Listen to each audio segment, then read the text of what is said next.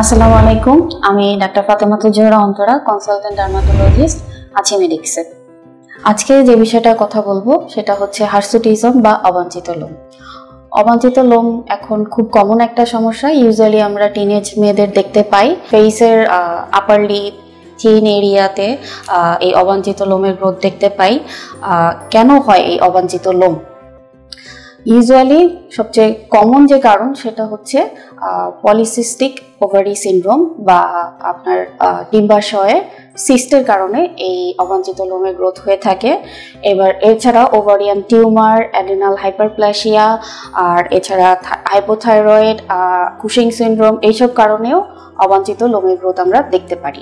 এছাড়া আমরা বিভিন্ন মেডিকেশনেও অবাঞ্ছিত লোমের গ্রোথ দেখতে পাই, যেমন হচ্ছে মিনক্সিডিল, বা কেউ যদি সিস্টেমিক স্টেরয়েড খেয়ে থাকে অথবা কেউ টপিক্যাল স্টেরয়েড অনেক দিন ধরে লাগাচ্ছে ফেসে, সেই ক্ষেত্রেও আমরা এই অবাঞ্ছিত লোমের গ্রোথ দেখতে পাই। এবার আসি এটা ট্রিটমেন্টে। অবাঞ্ছিত লোমের গ্রোথটা বন্ধ করার জন্য এখন পর্যন্ত সবচেয়ে পার্মানেন্ট চিকিৎসা হচ্ছে laser hair removal. Laser hair রিমুভালের মধ্যে দুটো লেজার খুব ভালো কাজ করে হার্সুটিজমে। একটা হচ্ছে ডায়োড লেজার আর আরেকটা হচ্ছে লং পালস এনডিআর। বর্তমানে আমাদের এখানে প্রাইম লেসটা অ্যাভেলেবল আছে, যেটা খুব ভালো কাজ হয় এবং মোটামুটি 5 থেকে 8টা সেশন নিলে আমরা ভালো একটা ইফেক্ট পাই। কতদিন পর পর নিতে হয় এই সাইকেল?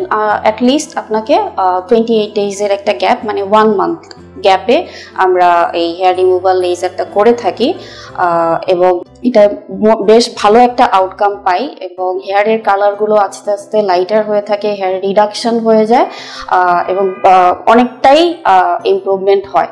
তো এই হার্সুটিজম আসলে টিনেজ বাচ্চাদেরই বেশি ভোগায়, কারণ হচ্ছে ওদের একটা কনফিডেন্স লেভেলটা লো হয়ে যায়, মানুষের সামনে যেতে মানে ওরা শাই ফিল করে এই হার্সুটিজমের কারণে। তো এই জিনিসটা কিন্তু খুব সহজেই আমরা নিরাময় করতে পারি লেজার হেয়ার রিমুভালের মাধ্যমে। আপনারা যারা যারা এই সমস্যায় ভুগছেন, আশা করি আপনারা আপনাদের নিকটস্থ ডার্মাটোলজিস্টের পরামর্শ নিয়ে চিকিৎসা নেবেন।